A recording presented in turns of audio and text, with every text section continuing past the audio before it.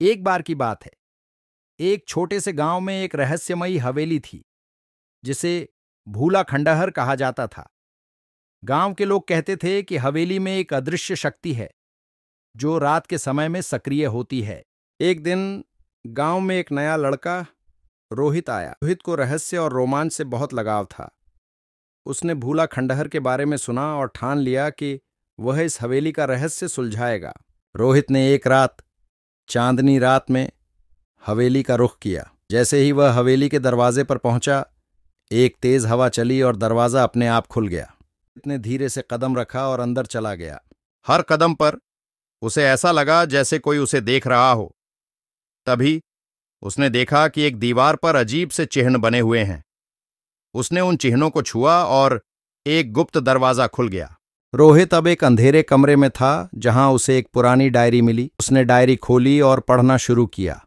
Diary में लिखा था कि हवेली में एक अदृश्य शक्ति है, जो सिर्फ उसे ही महसूस हो सकती है, जो दिल से नेक हो।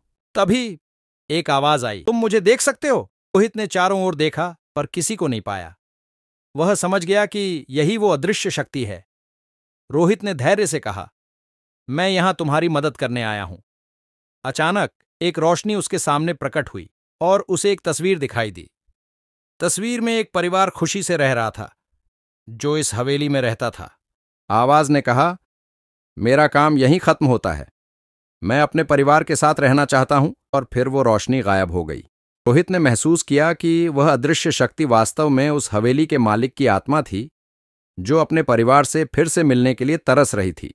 गांव वालों को यह पूरी कहानी सुनाई और उसके बाद से भूला खंडहर को आत्मा का घर के रूप में जाना जाता है। हवेली का सम्मान किया और उसे एक सुरक्षित स्थान बनाया, जहां कोई भी रात में जा सकता है, बिना किसी भय के। रोहित ने न केवल एक पुरानी कहानी का अंत किया, बल्कि एक की जिनकी शक्ति ने रहस्य और भय को पार किया।